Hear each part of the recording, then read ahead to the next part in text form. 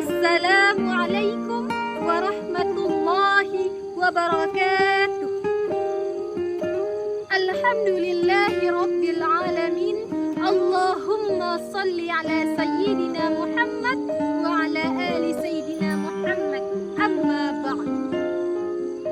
Hadirin para pendengar dai milenial online dimanapun Anda berada, Allah Subhanahu wa ta'ala berfirman dalam Al-Quran surat An-Nisa ayat 124 yang berbunyi, A'udzubillahi minasyaitonirrajim, Bismillahirrahmanirrahim, wa man ya'mal minas solihati min dzakarin aw untha wa huwa mu'minun fa ulaika yadkhulul jannata wa la yudlamuna naqira.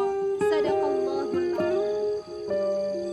Dalam ayat itu Allah Subhanahu wa ta'ala menjelaskan bahwa barang siapa yang berbuat amal kebaikan, baik dia laki-laki ataupun perempuan, dan mereka berada dalam ketaatan, maka Allah akan memberikan surga.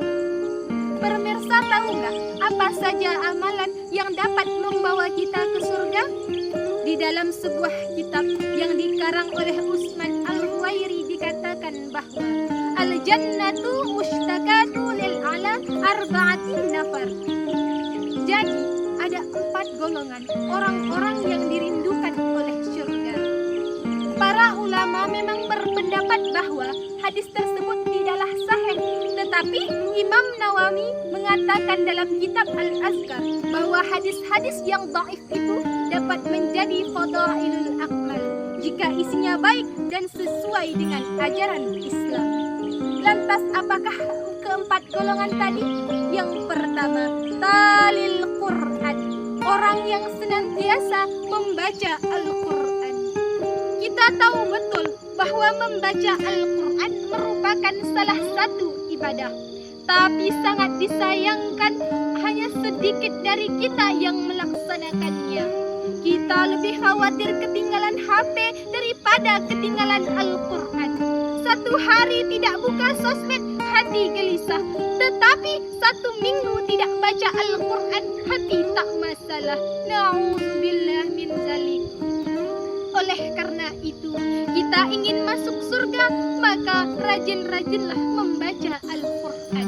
Karena Al-Quran merupakan salah satu syafaat di yaumil qiyamah. Itu yang pertama.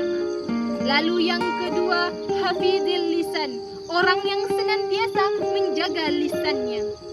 Allah ciptakan 2 mata, Allah ciptakan 2 telinga, Allah ciptakan 2 tangan, dan Allah ciptakan 2 kaki. Tapi Allah ciptakan 1 mulut. Filosofinya bahwa Allah ingin kita banyak mendengar daripada berbicara, dan banyak berbuat daripada berbicara. Tapi sangat disayangkan orang zaman sekarang lebih banyak berbicaranya. Dan di zaman now ini pembicaraan ada 2 macam. Yang pertama melalui lisan, dan yang kedua melalui ketikan.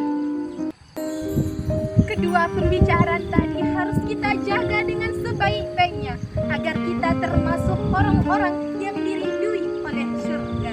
Iya. Lalu yang ketiga, orang yang senantiasa memberi makan orang yang lapar. Allah Subhanahu wa ta'ala menjelaskan dalam Al-Quran surat Al-Muddatsir ayat 44 bahwa penghuni neraka Saqar itu banyak. Salah satu di antaranya adalah orang yang tidak mau memberi makan orang miskin. Oleh karena itu, apalagi ini di bulan Ramadan, marilah kita banyak-banyak bersedekah agar rezeki kita menjadi berkah. Lalu yang keempat, as-shaum min syahri Ramadan, orang yang senantiasa berpuasa di bulan Ramadan. Kita boleh bangga dengan puasa kita, kita dirindui oleh surga. Tetapi puasa yang benar adalah puasa dengan keimanan, yakni dengan mematuhi perintah Allah dan menjauhi